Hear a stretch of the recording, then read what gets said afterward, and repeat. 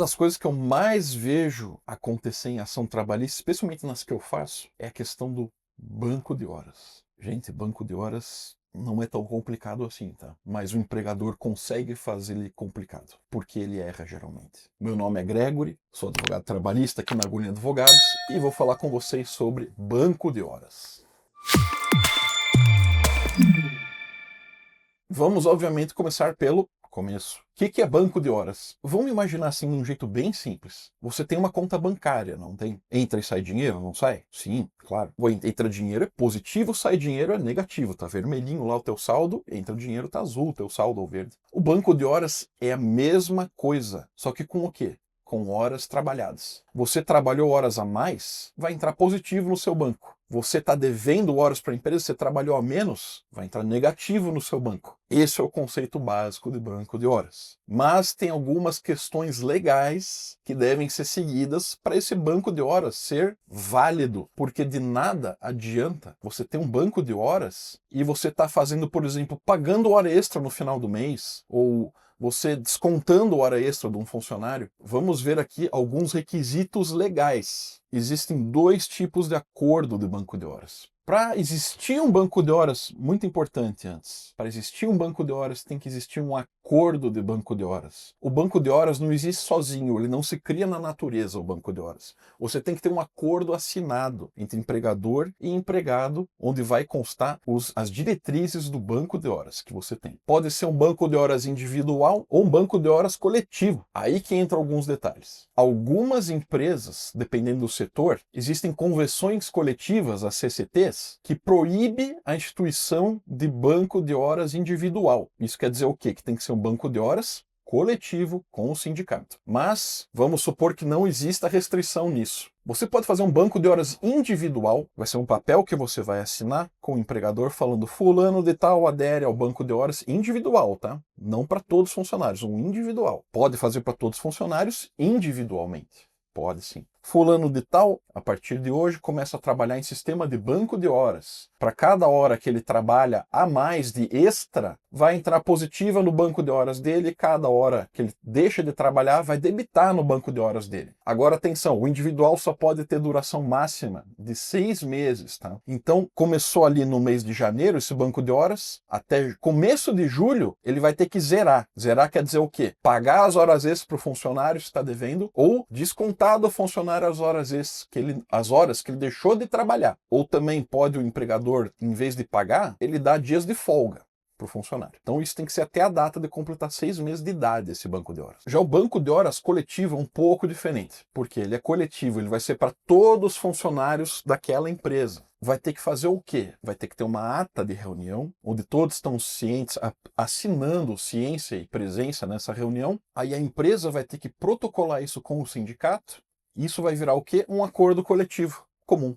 Que o acordo coletivo pode dispor sobre várias coisas além do banco de horas, mas não é necessariamente obrigatório outras coisas estarem nesse acordo coletivo. Esse aí vai ser, por exemplo, só da questão de banco de horas. Ah, mas poxa, minha empresa tem banco de horas? Mas eu não assinei nenhum papel. Então você não tem banco de horas, sinto lhe dizer. O empregador daí tem que pagar as horas extras para você no final do mês que você fez aquelas horas. Mas ele pode fazer o quê? Ele pode compensar. Falar, você trabalhou X horas a mais, 8 horas a mais, não vem aqui um dia, antes do final do mês, antes de fechar a folha. Não vem aqui um dia. Não pode ser no mês que vem, não pode ser daqui a 2 meses, 3 meses, 4 meses. Tem que ser naquele mês ainda. Tem limite de banco de horas? Tem limite da questão de horas que está depositada no banco? Gente, não existe, tá? Você pode ter, de alguma forma lá, 200 horas positivas para você ou tá descontando de você várias horas. Não existe limite legal da questão de horas, tá? Mas não quer dizer também que você vai poder fazer uma jornada de 20 horas por dia, tá? Não é livre o seu trabalho em extra jornada. Tá restrito lá 2 horas extras por dia, mas esse banco pode acumular 2 horas extras de todo dia que você trabalhou antes. Aí vai ter que ser paga para você. Ou dada em folga. Mas se eu for demitido e eu tenho horas em haver lá, aí elas vão ter que ser pagas na sua rescisão, como se fossem horas extras normais, 50%. Mas e se você está devendo horas? Vai fingir lá que você está devendo 40 horas no seu banco de horas e você vai se desligar da empresa. O empregador pode descontar? Pode sim. Ele pode descontar até o limite de 30% da sua rescisão. Passou disso, já é um desconto ilegal. Quem trabalha com adicional noturno, insalubridade, periculosidade, tem direito a banco de horas? Sim, tem direito a banco de horas, mas esse cálculo vai ser um pouco diferente, tá?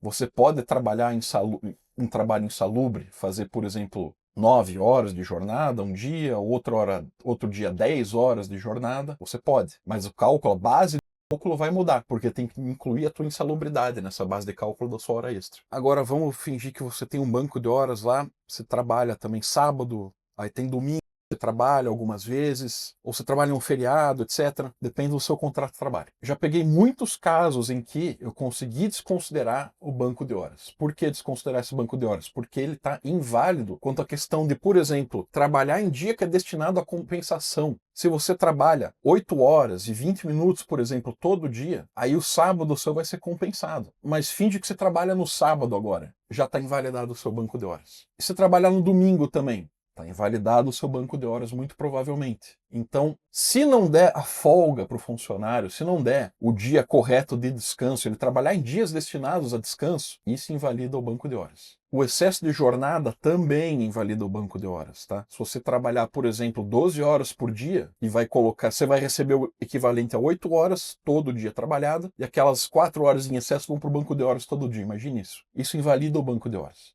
Você vai receber como se fossem horas extras se você entrar com uma ação trabalhista. Outra coisa também que invalida banco de horas é o quê? Você não fazer intervalo para o almoço. Se você não fizer intervalo para o almoço, você não descansa na hora do almoço, isso vai invalidar o seu banco de horas. Por quê? Muitas empresas têm o costume de fazer pré-assinalado o ponto para o intervalo intra-jornada, chamado de almoço. Né? Quando está pré-assinalado, você não precisa bater o ponto para sair para o almoço. Mas muitas empresas se aproveitam disso e fazem você trabalhar no seu horário de almoço ou almoçar só 10 minutos, 20. Isso não pode acontecer. Se acontecer, o seu banco de horas também vai ser invalidado. Outras coisas que invalidam também o banco de horas é o quê? Você não ter acesso ao seu saldo, isso é muito importante. Você não ter acesso ao seu saldo mensalmente, ou ter disposto lá qualquer hora para você poder acessar. Se você não sabe quantas horas tem no seu banco de horas no final do mês, isso também invalida o seu banco de horas. Porque daí você não tem noção do que você está devendo, do que você tem a receber, torna inválido o banco de horas também. Outra coisa também que é meio boba, assim, até de se falar, mas é bom falar,